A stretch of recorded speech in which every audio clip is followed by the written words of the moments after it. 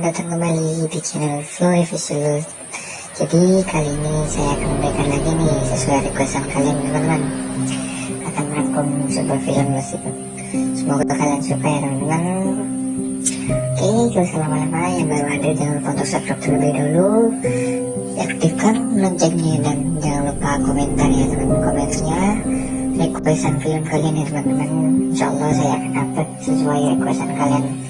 Oke, gak usah lama-lama, langsung saja ke ceritanya. Let's go. Sudah 1 tahun Mirah meneror Alia dan Abel. Alia dan Abel pun sudah melakukan berbagai cara untuk mengetahui maksud dari Mirah. Namun sayangnya mereka belum mendapatkan petunjuk apapun. Dan sangat disayangkan sekali, di bagian awal film ini Abel sudah ditemukan tewas terbunuh oleh Mirah. Dan Alia sangat marah kepada Mirah. Alia pun melihat ada sebuah kalung di sakunya Abel. Ketika disentuh, tiba-tiba saja ia mendapatkan penglihatan sebuah rumah yang entah di mana. Alia pun yakin mungkin saja rumah tersebut ada hubungannya dengan kematian Abel. Sudah berbulan-bulan Alia mencari tahu di mana letak rumah tersebut, namun hasilnya masih nihil. Uwidu pun mengatakan jika sekarang Alia memiliki sebuah ilmu yang bernama psikometri. Ilmu tersebut mampu melihat sejarah dari suatu objek dengan hanya menyentuhnya saja.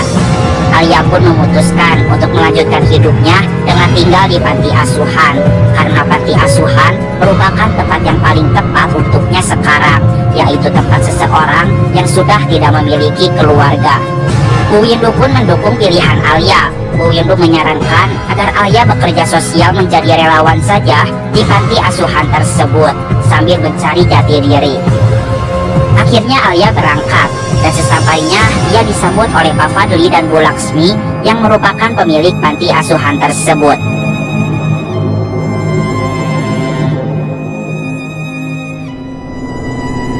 Di dalam panti terdapat 16 orang anak perempuan, dan Alia melihat ada seorang anak perempuan yang bernama Nadia yang sedang menggambar.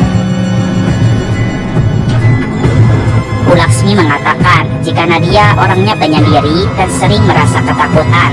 Alia pun melihat buku Nadia yang jatuh tadi dan terlihat banyak gambar-gambar makhluk halus yang sangat menyeramkan. Malam harinya, Alia mencoba mendekati Nadia dan mengatakan jika Nadia sangat mirip seperti adiknya Abel. Ia memiliki mata batin yang terbuka, yang pada akhirnya Nadia pun bisa mulai terbuka kepada Alia. Nadia menjelaskan jika ia memiliki mata batin terbuka sejak ia masih kecil. Ia juga sering mendengarkan suara-suara dari dinding panti asuhan ini. Suara-suara tersebut adalah, "Tolong bebaskan aku." Pada jam 12 malam, Alia melihat Nadia sedang mendengarkan sesuatu. Nadia mendengar suara-suara lagi yang mengatakan, "Aku terkurung. Aku hanya ingin pergi ke alamku." Alia pun mencoba mendengarkan suara lagi dengan gelas sebagai mediumnya. Mereka mendapatkan petunjuk jika arwah yang meminta tolong tersebut berada di ruangan di belakang rumah panti. Dengan gerak cepat mereka pun segera menuju ke sana.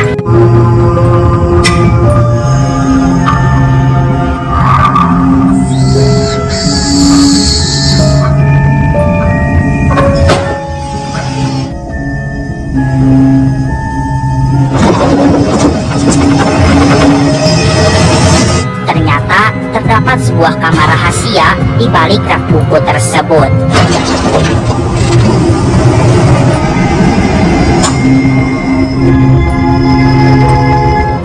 Mereka telah melakukan kesalahan besar. Seharusnya mereka tak boleh mendekati dan membuka kamar tersebut. Setelah kejadian itu, teror pun menghantui anak-anak panti.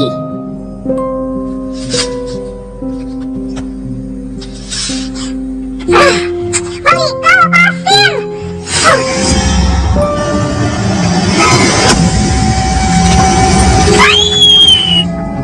Malika, kalau Malika mau minum obat, nanti Alia kasih hadiah deh.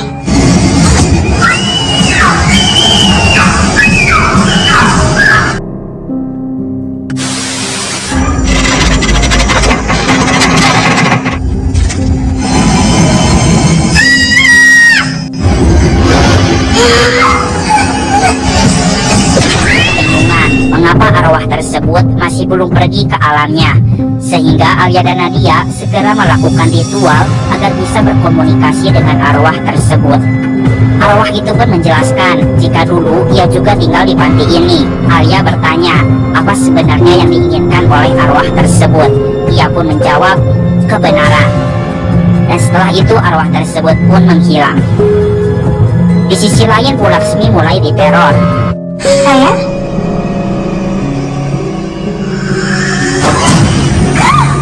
Dan terdapat tulisan tante dari arwah tersebut. Bu Laksmi segera berlari dan mengatakan kepada Pak Fadli jika Dharma ada di sini. Mana sih?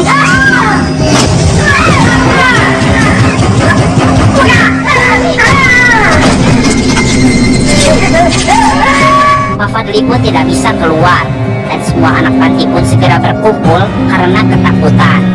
Pak Fadli dan Bu Laksmi segera menuju ruangan belakang panti, dan mereka sangat terkejut ketika melihat kamar tersebut telah terbuka. Pak Fadli memarahi Alia dan Nadia dan mengatakan jika mereka telah melakukan kesalahan yang sangat besar. Namun Alia membantah dan mengatakan mengapa Pak Fadli mengurung arwah tersebut sehingga arwah itu tidak bisa pulang ke alamnya. Bu Laksmi pun mulai menjelaskan jika arwah tersebut merupakan keponakannya yang bernama Dharma. Dharma merupakan anak dari adiknya.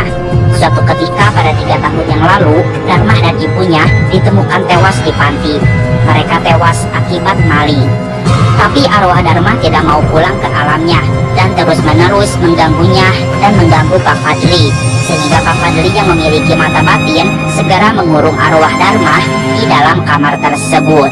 Alia mengatakan jika Dharma telah memberitahunya bahwa ada kebenaran yang harus diungkapkan. Alia pun memakai ilmu psikometrinya untuk mengungkapkan kebenaran tersebut. Ketika memegang gamelan mainan milik Dharma, tiba-tiba Alia mendapatkan penglihatan. Alia melihat Dharma sedang bermain dan melihat ibunya sedang menulis surat.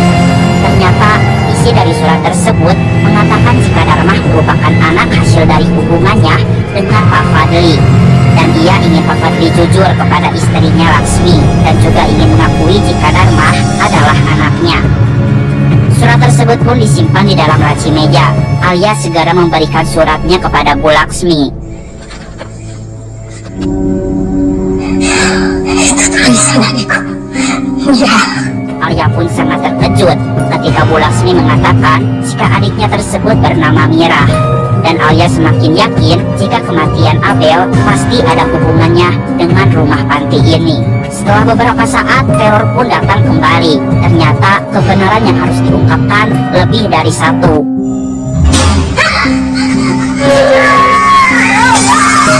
Pak Fadli pun dirasuki oleh arwah Dharma dan mencoba untuk membunuh dirinya sendiri. Alia berusaha menahan Pak Fadli dan segera mengikatnya. Setelah itu, Alia segera menghubungi Bu Windu untuk meminta bantuan. Saat Bu Windu masih di perjalanan, Alia segera meminta bantuan Nadia untuk melihat lebih jelas kebenaran-kebenaran yang belum terungkap lagi melalui bakat gambar yang dimiliki oleh Nadia. Nadia pun mulai melihat jika dulu Dharma melihat surat tulisan ibunya. Dharma pun melihat perdebatan antara ibunya dan Pak Fadli. Pak Fadli yang tak mau kehilangan Bu Laksmi pun langsung membunuh Mirah dengan menusuk punggungnya hingga bolong. Dan dengan kejamnya, Pak Fadli pun membunuh Dharma dengan sangat keji. Pak Fadli mengambil kalung milik Mirah dan memberantakan seisi rumah serta mengambil perhiasan-perhiasan milik Laksmi agar Laksmi percaya jika ada maling yang masuk ke rumah tersebut dan membunuh Mirah dan Dharma. Perhiasan-perhiasan milik Bu Laksmi dan kalung milik Mirah pun dikubur di halaman rumah tersebut. Semua kejadian-kejadian tersebut telah Nadia deskripsikan dalam bentuk gambar. Bu Laksmi pun sangat tak percaya jika Pak Fadli bisa sekejam ini. Tiba-tiba saja Pak Fadli bebas dari ikatannya dan mencoba untuk membunuh dirinya lagi.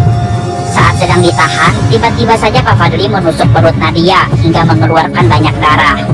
Tak lama dari itu Bu Windu pun datang dan langsung mengikat Pak Fadli menggunakan kalung jimat sehingga arwah Dharma menjadi lemah. Bu Windu segera melakukan pengusiran arwah yaitu astral projection Rogo Sukmo. Namun saat akan melakukan ritual, Alia terpengaruhi oleh bisikan iblis Dharma dan tanpa sengaja melihat matanya, yang mengakibatkan Alia ikut terbawa ke alam jahat. Di alam jahat, Alia melihat Pak Fadli sedang disiksa oleh Dharma, dan ia mendapatkan penglihatan dari Dharma jika ternyata selama ini Abel berusaha mencari tahu maksud dari Mira dengan memainkan papan Ouija. Abel mendapatkan informasi berupa kata-kata, "Bebas anakku, dan tenang pergi." Kemudian Abel mendapatkan petunjuk, yaitu menggali dan membawa perhiasan-perhiasan yang sudah dikubur Pak Fadli, yang berguna sebagai bukti dan ancaman agar Pak Fadli segera mengaku jika telah membunuh Mirah dan Dharma. Pak Fadli pun marah dan melarang Abel untuk datang lagi ke rumahnya. Dan kebetulan kalung milik Mirah jatuh, sehingga Abel pun membawanya ke rumah. Dan disinilah terdapat sebuah kebenaran lagi, yang ternyata yang membunuh Abel itu bukan Mirah, melainkan Pak Fadli. Pak Fadli sangat takut jika rahasianya terbongkar, sehingga langsung membunuh Abel. Dan Mirah mencoba untuk menyelamatkan Abel, namun hal itu tidak berhasil. Setelah itu, Dharma pun mengatakan, apakah masih layak jika Pak Fadli masih hidup? Dan mengatakan jika Alia juga sangat berhak untuk marah kepada Pak Fadli, dan mengajak Alia untuk selama-lamanya menyiksa Pak Fadli. Alia pun tergoda oleh bisikan iblis Dharma, sehingga Alia dan Pak Fadli pun terjebak di alam jahat. Bu Windu mengatakan jika Alia dan Pak Fadli harus segera dijemput, karena jika terlalu lama di alam jahat, bisa-bisa mereka akan mati. Sama seperti di film Mata Batin 1, untuk menjemput orang yang berada di alam jahat, harus dijemput oleh dua orang lagi, yaitu orang normal yang memiliki mata batin dan orang yang telah meninggal. Bu Windu pun membuka mata batin Bu Laksmi, dan Bu Laksmi akan diantarkan oleh arwahnya Nadia, yang ternyata Nadia sudah tewas karena kehabisan banyak darah. Dan seperti biasa, Bu Windu akan menjaga portal agar tidak ada makhluk halus yang masuk ke alam dunia. Dengan penuh tantangan, mereka pun mulai mencari Alia dan Pak Fadli. Setelah ditemukan, Alia tak mau pulang karena terlanjur dendam kepada Pak Fadli. Tiba-tiba saja Abel pun datang, karena yang di alam baik bisa melihat ke alam yang jahat, tetapi yang di alam jahat tidak bisa melihat ke alam yang baik. Abel pun memaafkan Pak Fadli dan mengatakan jika ia sudah ikhlas, dan semua ini sudah menjadi takdirnya. Alia pun harus bisa memaafkan Pak Fadli, karena jika Alia ingin balas dendam, apa bedanya Alia dengan Pak Fadli? Yang pada akhirnya Alia pun memaafkan Pak Fadli. Abel mengatakan jika masih banyak orang yang membutuhkan Nadia, sehingga Abel memberikan sedikit kekuatan kepada Nadia, yang pada akhirnya ia diberikan kesempatan kedua untuk kembali hidup. Tak lama dari itu, Mirah juga datang ke alam jahat dan mengajak Dharma untuk ikhlas dan ikut ke alam baik dengannya. Namun Dharma terlanjur bersekutu dengan iblis, dan hatinya dipenuhi rasa dendam, sehingga menolak ajakan ibunya. Mereka pun segera berlari menuju portal untuk pulang ke alam dunia, dan Dharma terus mengejar Pak Fadli. Mereka semua pun berhasil pulang ke alam dunia, namun Alia sudah dalam keadaan dirasuki oleh Dharma.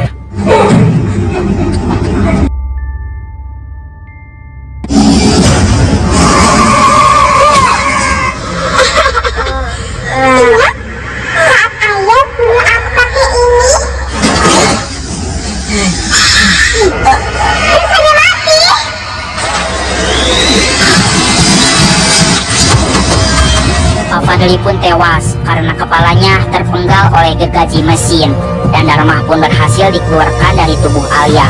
Bu Windu pun mengusir Dharma untuk pulang ke alamnya, dan akhirnya Dharma pun dibawa masuk ke dalam neraka.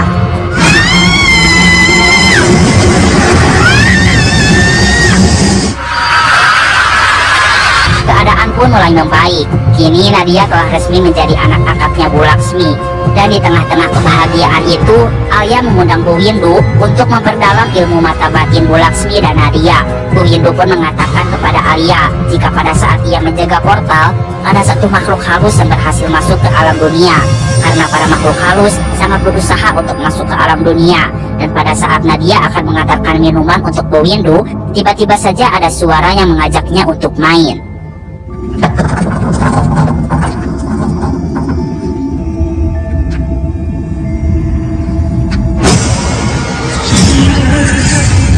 Sudah nonton klip nih teman-teman, atau ceritanya yang sudah saya ceritakan. Jadi Untuk kalian yang mencari full filmnya teman-teman di sini ya teman-teman, kalian klik saja link yang sudah disediakan di deskripsi ya teman-teman. Jadi nanti tampilannya akan seperti ini, langsung kalian klik saja Cawang I'm Not a Robot di sini ya teman-teman. Biasanya nanti disuruh pilih gambar ya sesuai captcha ya teman-teman, atau arahan ya sesuai, pilih saja gambar. Setelah itu langsung verifikasi ya teman-teman, langsung klik I'm Not a Robot ya teman-teman.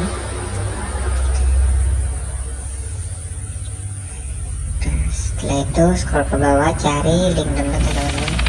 Nah, ditunggu sekitar 5 detikan ya teman-teman. Klik link download 2 kali biasanya nih ya teman-teman. Scroll lagi ke bawah.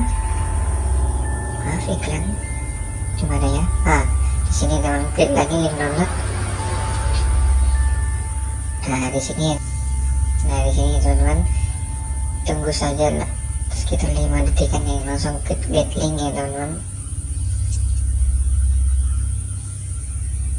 Nah, jadi di sini ya teman-teman untuk film horornya ya teman-teman. Nah, jadi kalian bisa langsung tonton saja di sini. Sini ya teman-teman. Yes please.